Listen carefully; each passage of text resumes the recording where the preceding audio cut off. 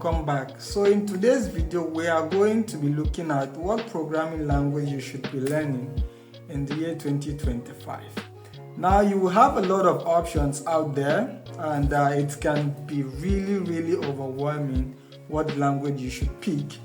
So before I give you an option of what language you should pick, I would like to give you some points that you would need to consider before you come to the realization of what language you would be using. So first of all, before picking any language to start learning, you need to be certain of where you wish to apply your skills. At least you should have a sense of direction. So if I am going into programming today, I should know if I want to be a web developer, if I want to be a mobile app developer, if I want to be a game developer, or if I want to be an AI engineer or a data scientist. So knowing where you're going to use these skills is going to really help you make the good choice or the perfect choice of the language you'll be learning. Well, I wouldn't really say perfect because there is no one-fit-all tool when it comes to programming, but at least when you learn the ones that are very relevant to your area of specialization, that would really save you a lot of time. So first thing you need to do is to know which area you want to venture into after learning those skills. So if I want to be a web developer, well, my first thing to do, or the first area to venture into, is to start learning web development fundamentals. I would have to learn HTML, I would have to learn CSS to be able to style my website. I would have to learn JavaScript. That's like a must for me because I would need JavaScript in the front end, and if I want to go into the back end, JavaScript is also a very good option for the back end. So if I am going into web development, it means HTML, CSS, JavaScript have to be in my toolkit. Then I can consider other frameworks that revolve around this stuff to make my work and my life easy as I journey into that area of specialization. That's for web development. So if I want to go into Android development, I want to build applications for Android, or I want to build applications for iPhones, I have no business learning HTML and CSS because they really play a very little role, except if you still want to build a website, of course, which can be viewed on mobile phones. But if you want to build standalone Android to iPhone applications, then you have to consider learning things like Java programming, which you can use to build Android applications. So you learn Java or you learn Kotlin if you want to build purely for Android. And if you want to build purely for iPhone, then you have to learn Swift or Objective-C. I don't think if that's even in use nowadays, but you have to learn Swift. Then if you want to be in a middle, you want to learn a tool that you can use to build one application that can serve both iPhone and Android, then you should consider learning things like React Native or Flutter. So if you don't want to build apps for Android applications or iPhone, why would you be learning Flutter? Why would you be learning React Native? Why learning Kotlin or why learning Swift? Because you don't have interest in that area, so you would only be wasting a very good amount of your time learning those skills, because you would learn them and then you're not going to apply them immediately. You would have to transition into something else. So your choice of language depends heavily on what you intend to do with those skills. If you want to build games, you should consider stuff like C++ or the Unity 3D game engine and other stuff. So how about people who don't have a sense of direction and they still want to go into tech? I know we have such. So what would you do? Before we go into that, if you're interested in AI, which is the current trend these days, then Python would be your go-to option, as it is one of the most preferred, I would say. We have other options, but it's one of the most preferred language when it comes to AI, data science, machine learning, deep learning, and others. So you should consider Python. But what happens if you don't have a direction currently, like you're not certain what would you be doing with this skill, so which language should you learn? In my opinion, I would suggest you should start with Python programming language. This has nothing to do with me using Python, okay? There are general reasons why you should pick that. Some of the reasons Python is beginner friendly. It is very, very simple to start with.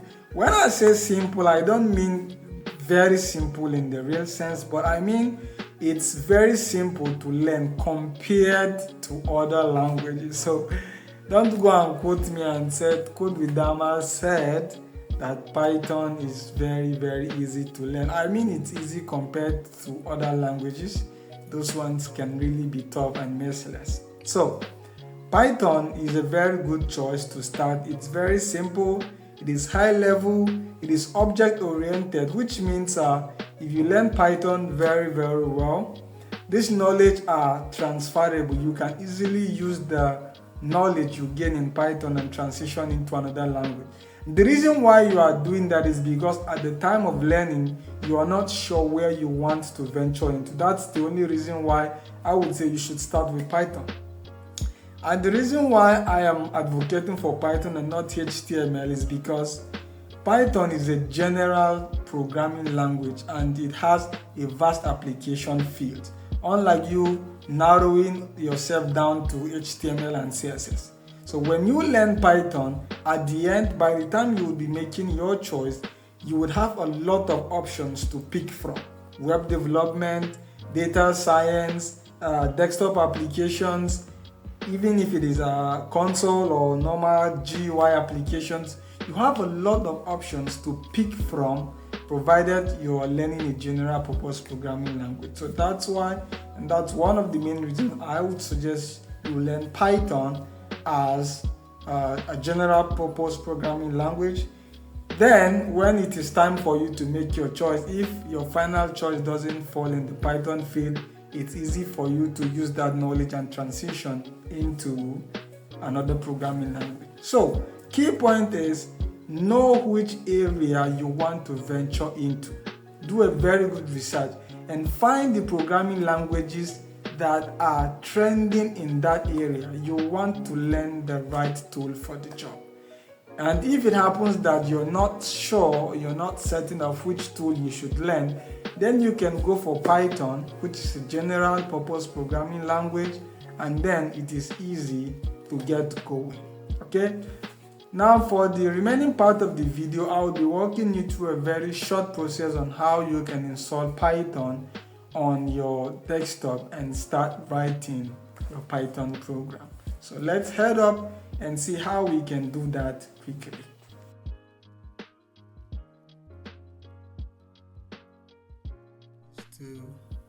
The first thing to do is to head on to python.org, as I am currently in my browser, and then hit on the download tab. So you can easily download the most latest version, which is Python 3.13.1 as of the time of recording this video, or you can pick from any of these versions that you need.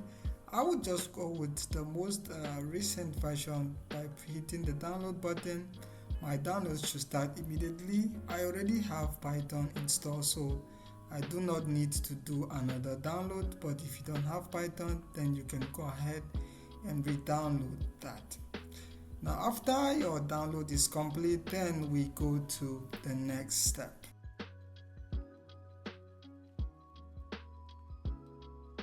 When you run your installer window, you should have this very screen like mine. So there's one thing I need you to do is to check this box that says add python.exe to path. It's very important so you can run Python from your command prompt, and you can go ahead with the install now and click next until it gets to the end. You don't need to do anything.